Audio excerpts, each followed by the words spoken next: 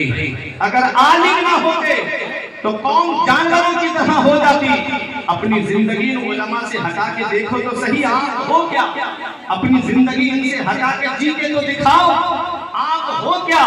میں بڑے ادب کے ساتھ کہوں گا، جتنے علماء کرام ہیں سب کو عزت کے ساتھ ایک کمرے میں بند کر دیجئے، باہر سے تالا لگا دیجئے اور اپنی زندگی ان سے الگ کر دیجئے. اب اپنی زندگی جی کے دکھاؤ. نماز میں کتنے فرض ہیں یہ کون بتائے گا؟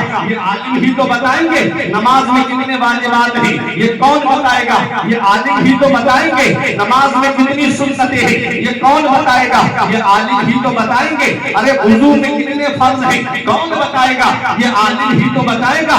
وضو میں چہرہ دھونا فرض ہے تو کہاں سے کہاں تک دھونا فرض ہے یہ کون بتائے گا؟ یہ عالم ہی تو بتائیں گے. دونوں ہاتھ کوہنیوں سمیت دھونا ہے یا کوہنیوں تک دھونا ہے؟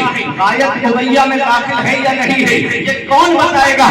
یہ عالم ہی تو بتائیں گے. چوتھائی سر کا مسح ہے یا ایک بال کا مسح کر لیا جائے یا پورے سر کا مسح کیا جائے گا یہ کون بتائے گا؟ قرآن میں تو مطلق آیا ہے وَامْسَحُوا بِرُؤُوسِكُمْ، اپنے سروں کا مسح کرو. کتنے سر کا مسح کرنا واجب ہے یہ کون بتائے گا؟ یہ عالم ہی تو بتائیں گے. دونوں پیر ٹخنوں سمیت دھونا ہے یا ٹخنوں تک دھونا ہے یا گنڈلیوں تک دھونا ہے یہ کون بتائے گا؟ یہ عالم ہی تو بتائیں گے.